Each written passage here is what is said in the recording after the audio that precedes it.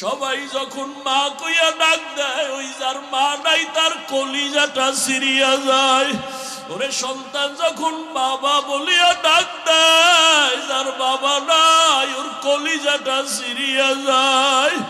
ওরে একদিন ঈদের নামাজ পড়ি একটা যুবক কবরের কিনারায় দাঁড়ায় দাঁড়ায় কান্না করে। ও যুবক, ঈদের আনন্দ বাদ দিয়া কাঁদো কেন? বলে গত ঈদে আমার মা আমার মাথায় হাত বুলায় দোয়া করেছে, আমার বাবারে পাশে নিয়ে নামাজ আদায় করেছিলাম।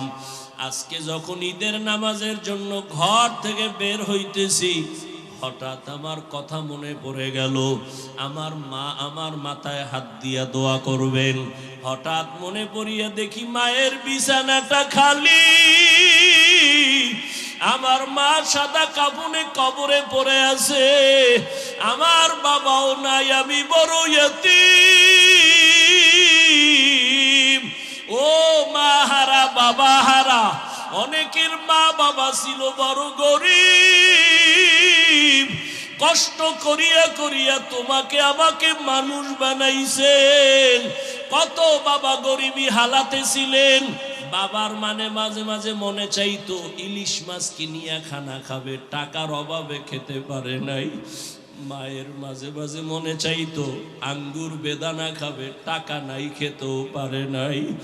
আজকে তুমি সন্তান, তোমার ঘরে কত মাছ কত ফল, কি লাভ হবে? ওই মা বাবারে আর পাইবা না, আর জীবনে ফল খাওয়াইতেও পারবা না।